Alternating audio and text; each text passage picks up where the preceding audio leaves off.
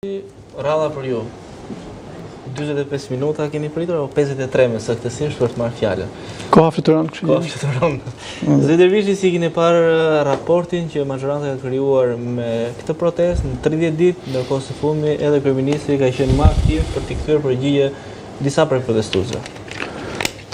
Shumë gjëra tashmë janë thënë. Raporti ka qenë, si thua, dinamik, dhe unë përsëris që qeveria ishte e para që e kuptoi shkallën e tronditjes si do të krijonte gardhi dhe sjellja e rojeve private në Zvërnec. Momenti i parë ka qenë momenti, do të thënë, hajde bisedojmë, hajde flasim, keni shumë të drejtë edhe unë do të protestoj.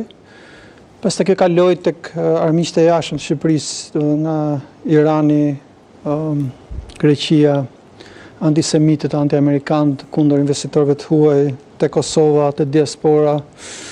Pastaj kaloi tek armiqtë e brendshëm duke i bërë vetting njerëzve dhe duket ky ka qenë dhe presioni që fillim kush jeni, kush ju përfaqëson në mënyrë që t'i kalojnë një shkallë vettingu, që po t'ja kishin bërë administratës dhe sidomos grupet parlamentare, ndoshta një pjesë e tyre do të ishin sot në parlament për kualitetin që përfaqësojnë.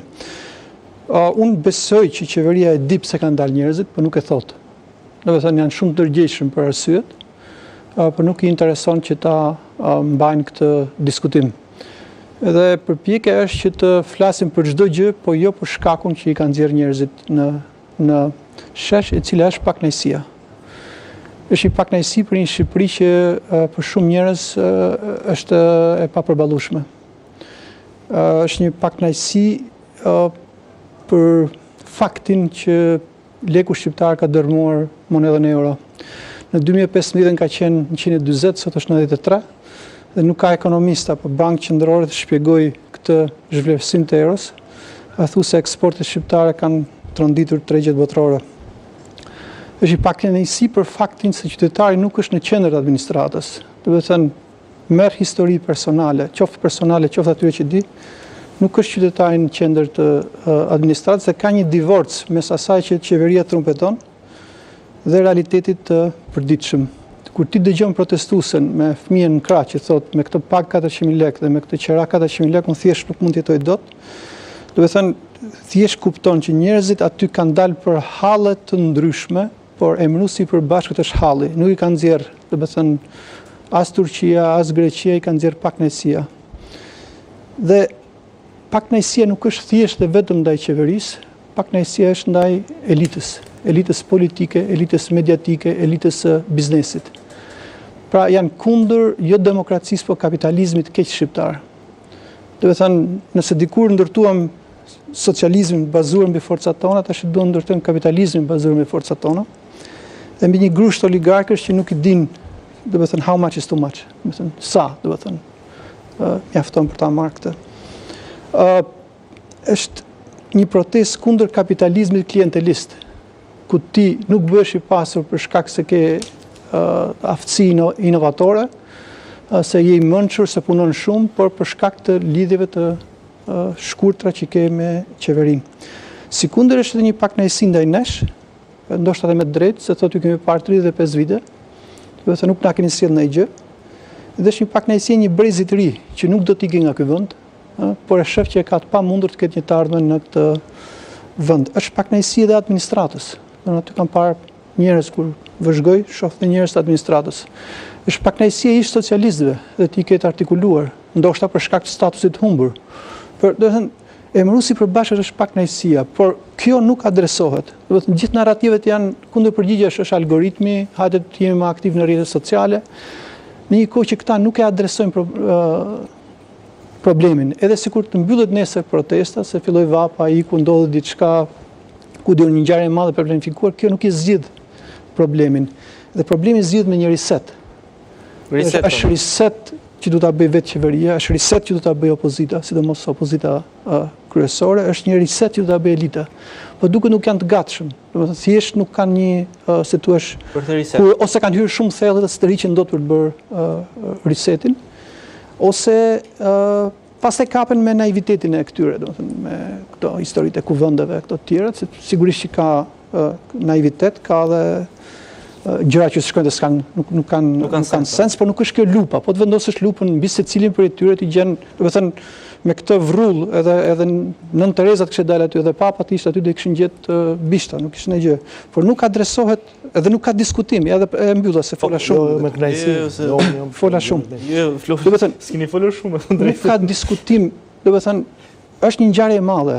Nuk ka ndodhur në Shqipëri, do të thënë 35 vite, ndoshta s'ndodh 35 vite të tjera, 30 ditë për proteste pa ndërprerje, pas një lloj incidenti, një lloj spektakli dhe një protestë që i ka përmirësuar imazhin e Shqipërisë. Imazhi i Shqipërisë ka qenë problem i madh, krijimi i organizuar, korrupsioni, trafiku.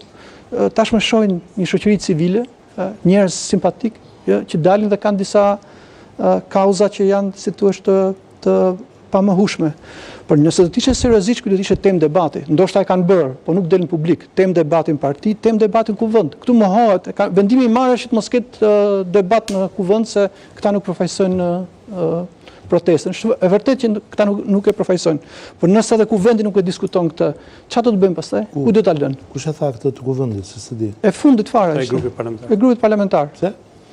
Ne kemi debat, biles nesër kemi seancë, pas nesër kemi prap seancë. Ne mund mos kemi debat ndoshta me përfaqësuesin në kuvend. Partitë e vogla thotë. Në sa i takon, por ne kemi debat me protestuesit, cilët thonë që ne nuk e njohim kuvendin e Shqipërisë. Parlamenti refuzoi të bëjë debat për ngjarjen për shkak se tha në opozita nuk keni fjalën për debat për çështjen e protestës, po kanë përshtypjen që vinë. Jo. Çështjen e protestës. Do refuzuan në konferencën kryetare. Ndoshta i kanë diskutuar, por nuk del në mesazh publik kjo gjë që e kemi menderosur ose duhet ndryshuar diçka. Se nuk shoh një sens autokritik, se sigurisht listën e arritjeve të vendi ndryshon. Si more e kemi menderosur, po pse duhet të kemi një arsye për të menduar që e kemi menderosur në të grad që thua që me Morzel Lutfie beson këtë gjë që thua që dhe me vërtet mendon që ky vend të vetmi përmirësim imazhi që pati protestat e këtij muaji të fundit, se unë mbuloj një detyrë që dhe s'më lë dot me gojën kyçur. Domethënë ne po bënim rekorde derisa protestat s'kishte filluar ende dhe ishim gati 15% më shumë se sa viti kaluar me turist, me vizitorë të huaj. Shqipëria është prej vitesh ka ndryshuar imazhin e vet. Ne diskutohemi në botë, jo vetëm për keq, kemi vite që diskutohemi për mirë. Është një atraksion, pra domethënë nuk është se Shqipëria po përmirëson imazhin. Natyrisht edhe protesta ka dhënë një imazh akoma dhe më shumë për një Shqipëri edhe demokratike, për një Shqipëri të lirë, për një Shqipëri e cila ka standard. Do të thënë, shumë të madh lirie. Ajo që nuk kuptohet ose që nuk duan ta kuptojnë ose nuk e artikulojnë, ndërsa sigurisht e kuptojnë se nuk ka njerëz naiv, është që nuk kanë dalë për një projekt vetëm, nuk po qëndrojnë për një projekt, kanë dalë për një projekt, por nuk po qëndrojnë për një projekt, janë kundër një modeli zhvillimi. Edhe ka goxha gjëra për të parë te ky model. Do të thënë, qeverisja është për njerëzit. Do të thënë ke 750.000 pensionistë, do të thënë e kanë mjaftueshëm këto për të jetuar me këto çmime. Çmimet janë 106.8% të çmimeve mesatare të BE-s, të konsumit. Do të thënë, mund të jetojnë shqiptarët në flas për masën dhe ky lloj debati mungon. Do të thënë, debati kapet me cepa, do të thënë, jo po kështu, jo po ashtu. Do të thënë, janë shumë vite. Imagjino të marrësh 92-shin kur 6 vite thotë zoti Gonxha në Parim. Për shkak të sfidave. Debat mund të kesh plot. A çka bledim pse? Debat, jo, unë jam shumë i qartë. 92-shin. Jam në një moshë nuk ja lej vetes të jem i cekët me ju. Ju jeni figura të dy dhe ju jeni sot 4-1 me mua, dhe gazetari dhe ju. Dhe ata dy jeni 4-1 dhe ndonjëherë edhe mund të flas çik më shumë se njëri nga ju. Zoti Gonxha keni shumë më shumë kohë për të folur dhe sigurisht. Ka më shumë kohë se ju jeni 4-1. Jo, nuk ai djali foli gjysore para se të vinim dhe unë jam vetëm. Jo, absolutisht që nuk jeni vetëm zoti Gonxha, sepse ju jeni ministër dhe duhet të jeni. Jo, nëse duhet debat, unë kam për nder. Dervishi kishte 50 minuta që nuk fliste. Unë me zotin Dervishi dhe me zotin Krasniqi kam për nder, nëse mundet, nëse na duhet kjo protesta. Për pensionet më keni se mbuloja një detyrë të radhës para se doja këtë ministri dhe ditë ju them plot gjëra të brendshme mbi hallet që lidhen me pensionistët. Po do dalim prapë dhe ju e dini që nuk është shumë e këndshme të themi se prapë Saliu thoni. do dalim prapë ke skema e pensioneve, po do dalim prapë ke reforma e gabuar para vitit 2014, po do dalim ke gropa që shkaktoi informaliteti, puna e pa deklaruar, po kjo grop ishte mbi të paktën 680 milion euro. Dhe në kohën që mbuloja ekonomi, kulturë, inovacion, pra që pak sa ishte një pjesë e imja e punës atje, mbuloja dhe pensionet, e kemi quar të grop, jo gjithë në periudhën që mbuloja unë, po gradualisht në vitet e majorancës, ka shkuar në 180 milion minusi i skemës pensioneve. Skema e pensioneve nuk mundet do të papritur të të injektohet me kapital, apo të injektohet me fonde, në një vend i cili duhet njëkohësisht të injektojë në infrastrukturë, në zhvillim, në projekte, në punësime, etj. Sepse vetmja mënyrë e shëndetshme se si fondi i pensioneve mbushet dhe zgjerohet është nga kontributet që vinë nga pagat. Si e shpjegoni një pensionisti, zoti Gonxha? Ja ta them unë. Si e shpjegoni një pensionisti? Ai thot pensionisti, zoti Gonxha.